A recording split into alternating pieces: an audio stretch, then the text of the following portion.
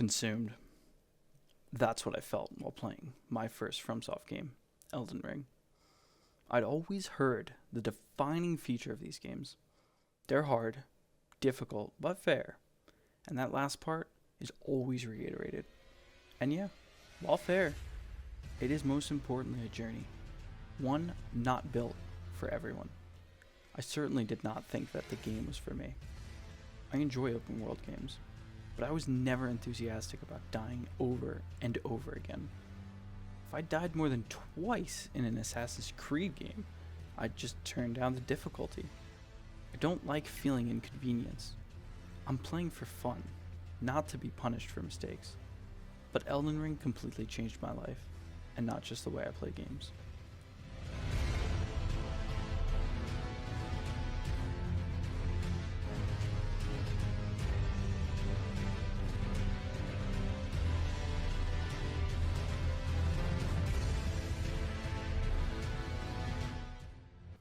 I of course knew of Elden Ring and FromSoft games. My friends in high school praised Dark Souls 3 as the greatest video game they had ever played, while I was watching them in front of their TVs dying over and over and over again. It seemed like they were contradicting themselves. As I questioned, how could a game be fun when you die over and over?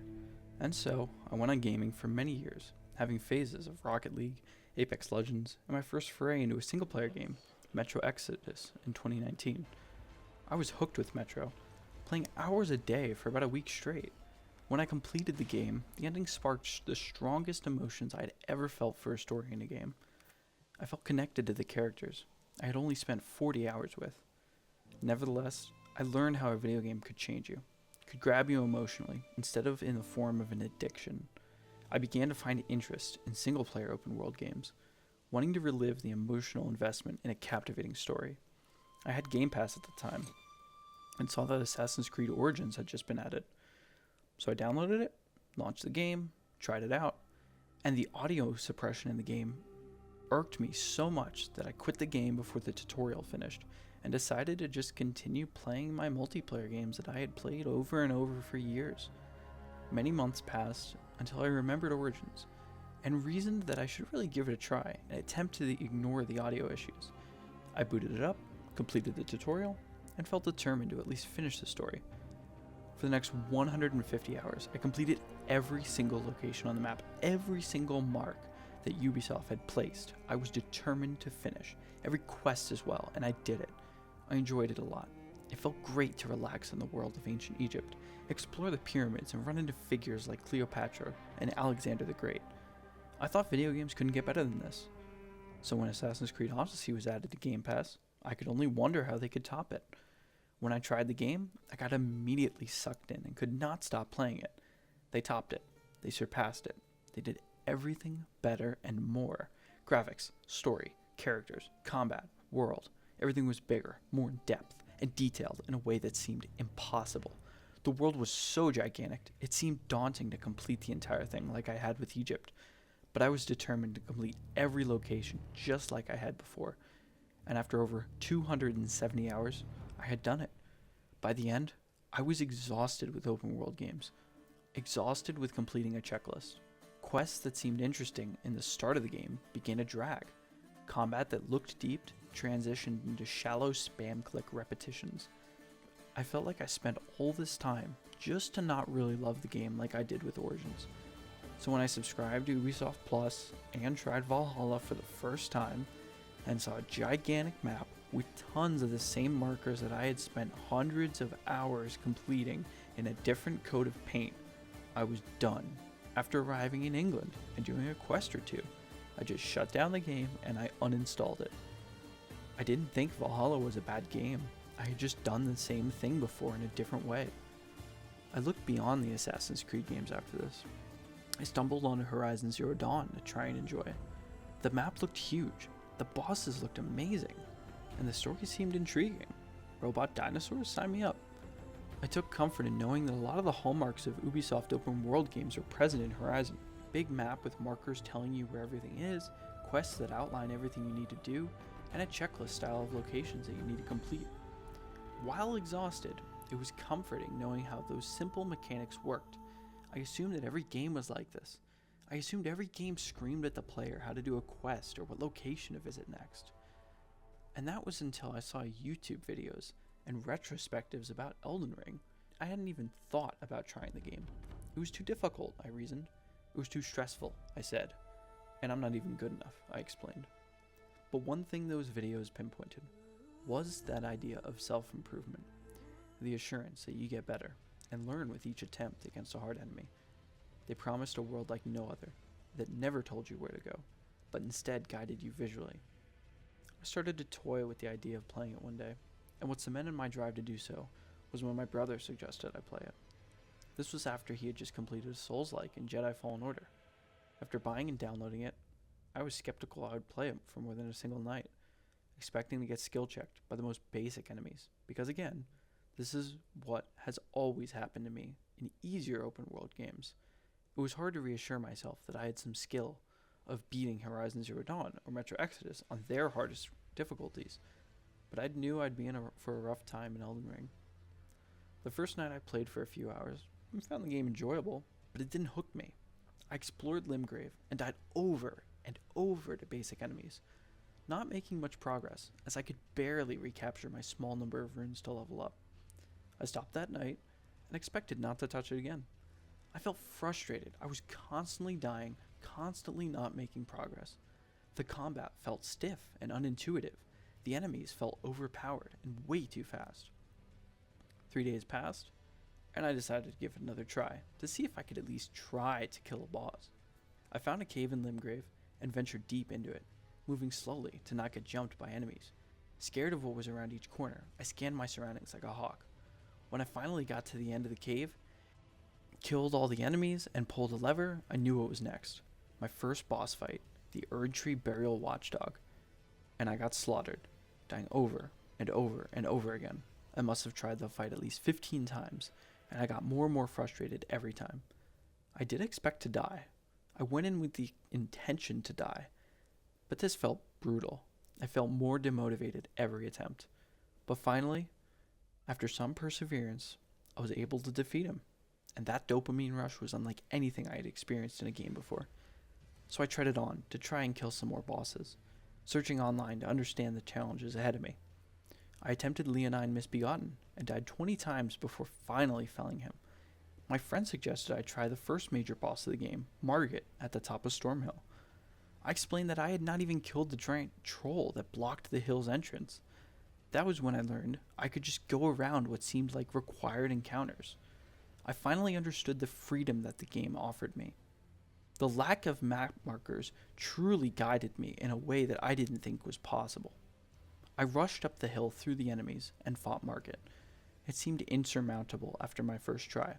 My first attempt, I barely hit him. I got a summoning sign for an NPC to help, I used spirit ashes, and I still couldn't do it. Again, dying over and over. I was ready to never play the game again. I was ready to give up and assume that I could never beat the game like I had initially hoped. I felt like I just wasn't good enough. The next day, demotivated and thinking I couldn't ever do it, I had a great attempt, and the enemy felled text flashed on my screen. I screamed I had done it. Killed the first major boss of the game. I felt accomplished. I felt like I just could maybe persevere through the game. I felt like I could maybe do it if I kept at it. And for the next 140 hours, the game consumed me.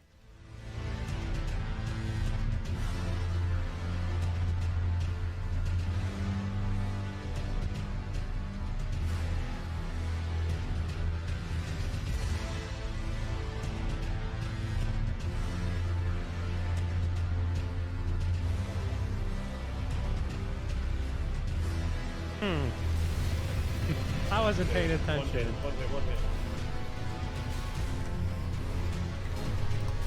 Yes!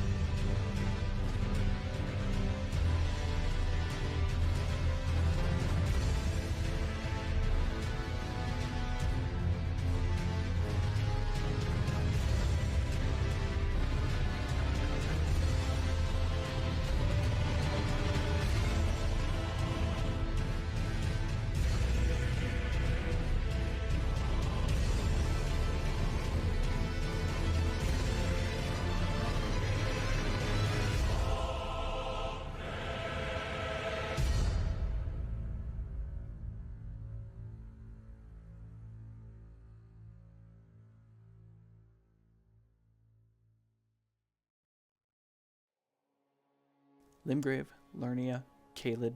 I wanted to kill every single boss I encountered. Stunned by a map that does not tell people where to go.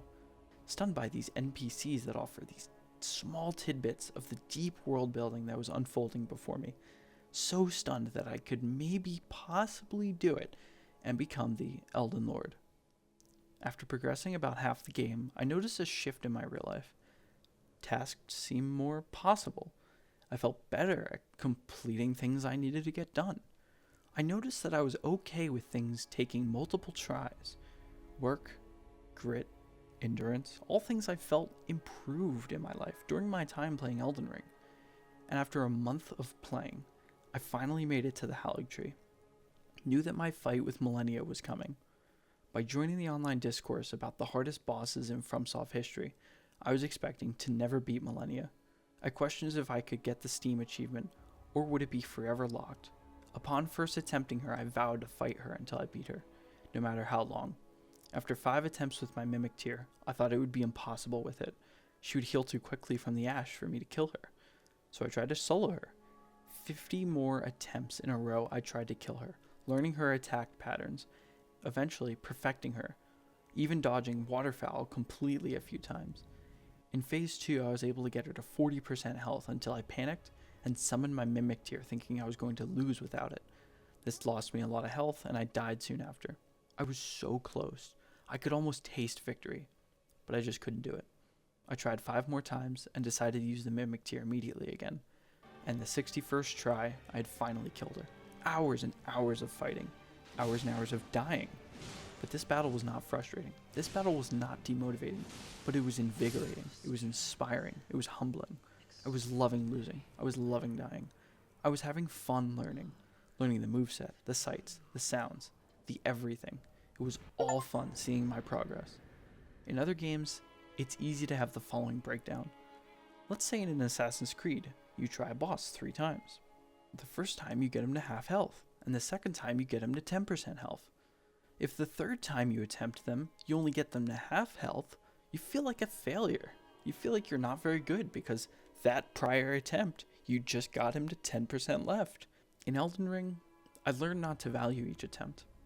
It's more about learning from each attempt.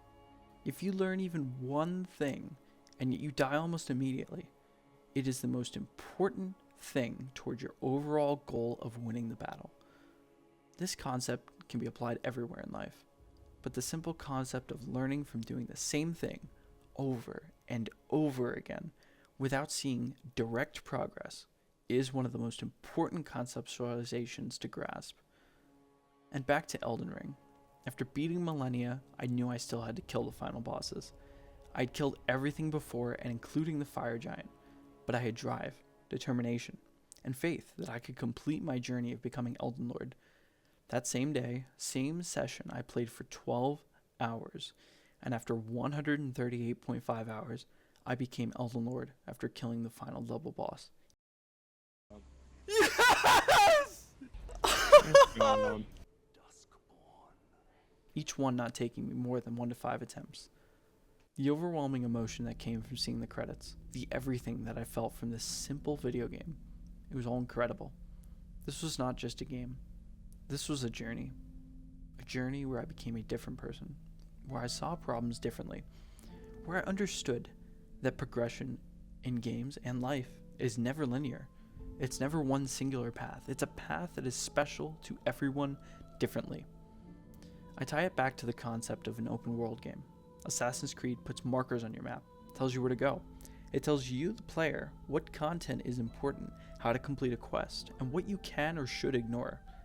And like a linear path, the specialty of your journey is similar to others. In Elden Ring, your journey is so much more complicated, not linear in the slightest of sense. And the game is not the journey. Instead, you learning is the journey.